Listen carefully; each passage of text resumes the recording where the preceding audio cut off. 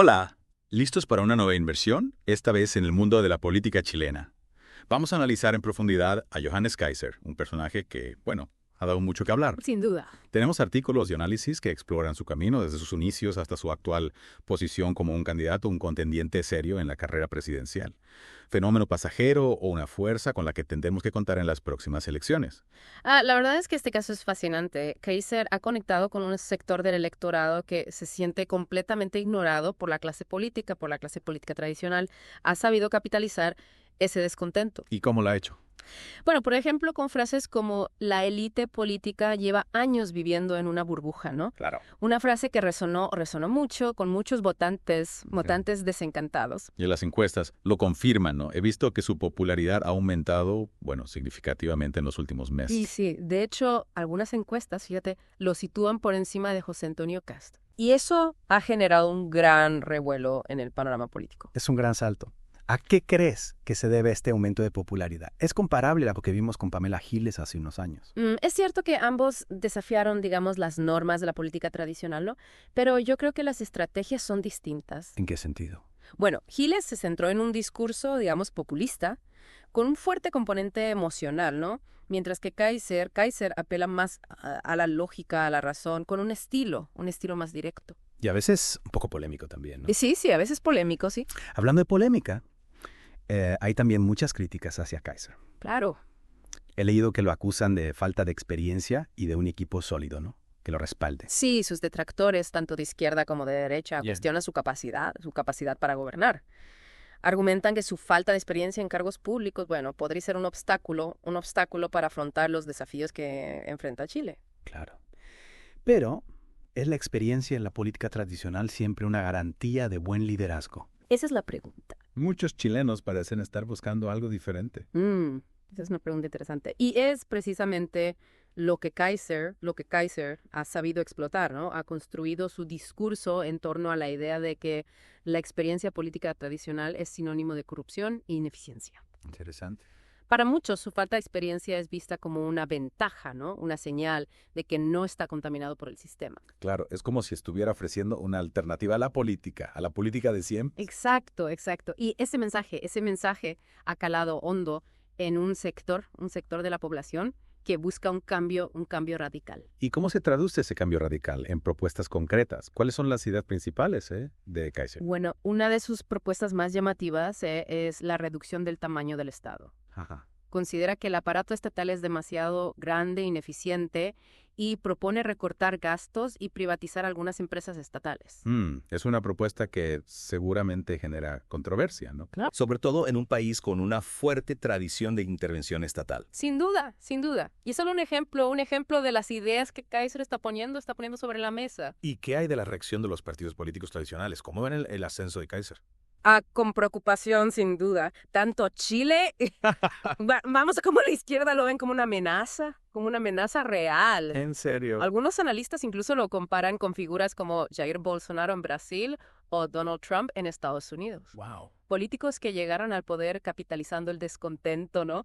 El descontento con la clase política tradicional. Es interesante esa comparación.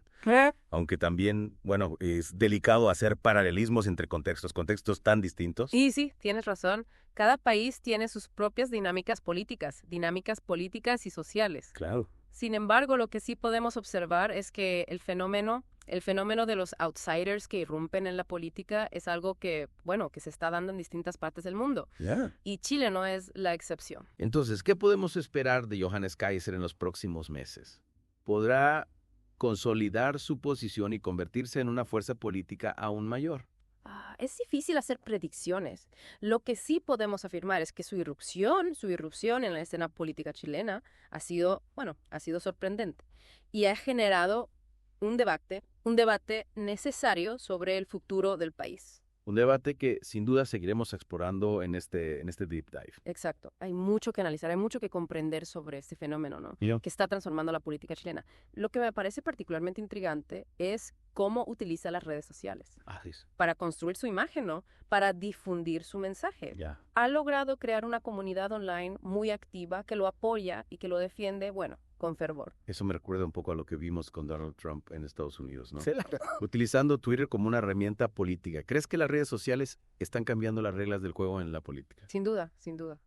Las redes sociales han democratizado, digamos, el acceso a la información, ¿no? Sí. Y han dado voz a quienes antes no la tenían. Claro. Pero también han creado nuevos desafíos. ¿Cómo cuáles? Bueno, la propagación de noticias falsas, por ejemplo. Bueno. O la polarización del debate público. Y en el caso de Kaiser, ¿cómo utiliza las redes sociales? ¿Es solo para difundir sus ideas o también para atacar a sus oponentes? Bueno, Kaiser no se guarda nada, ¿no? A la hora de expresar sus opiniones en redes sociales. Ha utilizado Twitter, por ejemplo, para criticar a la clase política tradicional, a los medios de comunicación e incluso a otros candidatos. Y eso le ha generado problemas. Me imagino que sus oponentes también utilizan las redes sociales para atacarlo. Por supuesto, Yeah. por supuesto. Las redes sociales se han convertido en un campo de batalla, ¿no? Donde los políticos se enfrentan a diario. Y Kaiser no es ajeno a esa realidad, ¿no? Ha sido objeto de críticas y ataques por parte de sus detractores. Claro. Hablando de críticas, ¿cuáles son las principales preocupaciones que se han planteado sobre su posible gobierno? Más allá de la falta de experiencia, hay otros aspectos de su discurso o sus propuestas que generan inquietud. Sí, hay varias críticas que se le han hecho a Kaiser. Una de ellas es su tendencia a hacer declaraciones polémicas, ¿no? Que generan división, que generan polarización. Ya. Algunos lo acusan de ser un populista, ¿no? Que busca el enfrentamiento, la confrontación. ¿Y hay ejemplos concretos de esas declaraciones polémicas? Sí, por ejemplo, en una ocasión dijo que los políticos de izquierda son unos traidores a la patria. Uf. Esta frase generó una gran polémica y fue ampliamente criticada, ¿no? Por representantes de diferentes sectores políticos. Claro, es una frase bastante fuerte, ¿no? Sí, Que demuestra su tendencia a la polarización. exacto, exacto. Y este tipo de declaraciones le han ganado la antipatía de un sector importante de la población. Entonces, su estilo confrontacional podría ser un obstáculo para su ascenso político. Es una posibilidad, ¿no? Si bien su estilo directo, sin pelos en la lengua, le ha ganado la simpatía de algunos, también genera rechazo en otros. Ya. Es un personaje que polariza, ¿no? Yeah. Que no deja a nadie indiferente. Y esa polarización se ve reflejada en las redes sociales, ¿verdad? Totalmente, totalmente. Sus seguidores lo defienden con pasión, mientras que sus detractores lo critican con ferocidad. Ya veo. Es un debate que se ha vuelto muy intenso, ¿no? En el mundo digital. Y volviendo a las críticas que se le han hecho a Kaiser, ¿hay alguna otra preocupación que destaque? Sí, otra crítica frecuente es que sus propuestas son demasiado vagas, ¿no? Demasiado imprecisas. Algunos analistas consideran que no ha explicado con detalle cómo piensa llevar a cabo sus ideas, ¿no? Especialmente en temas económicos. Es decir, hay dudas sobre la viabilidad de sus propuestas. Exacto, Ya. exacto. Algunos expertos argumentan que sus ideas son demasiado simplistas y que no toman en cuenta la complejidad de los problemas, ¿no? Que enfrenta Chile. Claro. Gobernar un país es mucho más complejo que hacer promesas en campaña. Precisamente, precisamente. Y esa es una de las grandes incógnitas, ¿no? Que rodean a Kaiser. ¿Podrá traducir sus ideas en políticas públicas efectivas? ¿Tendrá la capacidad de gobernar para todos los chilenos, incluso para aquellos que no lo apoyan? Son preguntas que solo el tiempo podrá responder. Así es, así es. Pero lo que sí podemos decir es que el ascenso de Kaiser ha puesto sobre la mesa una serie de debates, ¿no? Debates importantes sobre el futuro de la política chilena. Y esos debates son los que queremos analizar en este Deep Dive.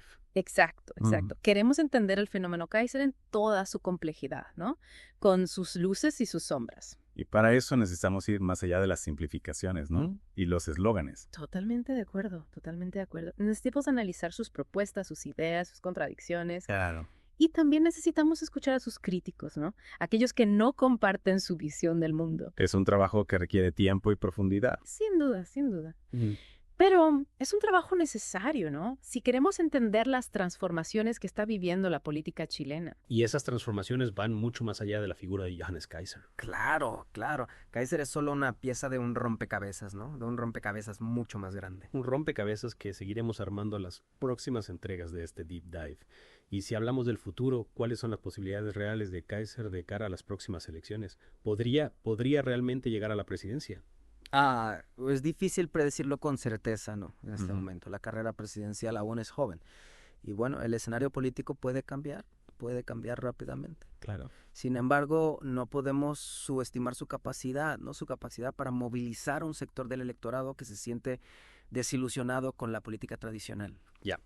Pero para llegar a la presidencia necesita más que el apoyo de ese sector, ¿verdad? Necesita construir alianzas, convencer a un electorado más amplio. Exacto, exacto. Y ahí es donde, donde las cosas se complican para Kaiser. ¿Por qué? Su estilo confrontacional y sus ideas radicales podrían alejar a votantes de centro, ¿no? O incluso de derecha moderada. Es decir, su discurso antisistema puede ser efectivo para ganar notoriedad, ¿no? Y movilizar a su base. Sí. Pero podría ser un obstáculo para construir una coalición ganadora. Precisamente. Para llegar a la moneda necesita ampliar su base de apoyo.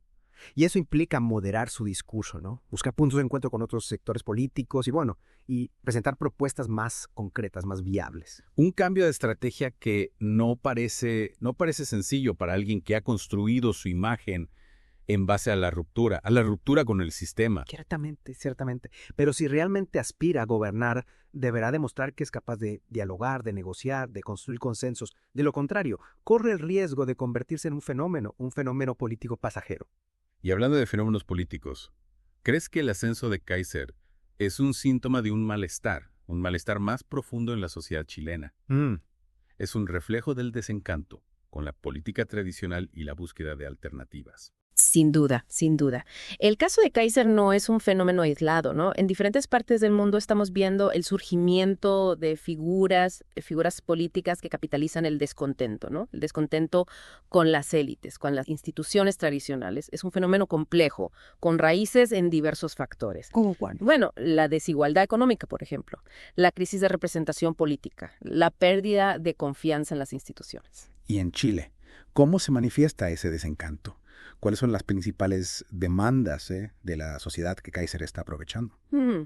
Bueno, algunas de las demandas más recurrentes son la necesidad de mayor justicia social, ¿no? Una mejor distribución de la riqueza, una mayor participación ciudadana en la toma de decisiones y, un sistema político más transparente, más responsable. Demandas que en muchos casos no han sido satisfechas, ¿no? Por la política tradicional. Exacto.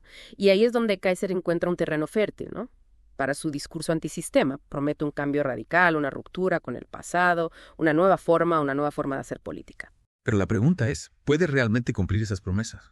Esa es la pregunta. ¿Tiene la capacidad y la experiencia para llevar a cabo las transformaciones que propone? Esa es la gran incógnita. Solo el tiempo dirá si Kaiser es un verdadero agente de cambio o simplemente un oportunista, ¿no? Que busca capitalizar el descontento social. Lo que sí podemos afirmar es que su irrupción en la política chilena ha generado un debate necesario sobre el futuro del país y las demandas de la sociedad. Un debate que sin duda seguiremos con atención. ¿Y qué piensas? ¿Crees que Kaiser tiene la capacidad de liderar un verdadero cambio en Chile? Déjanos tus comentarios.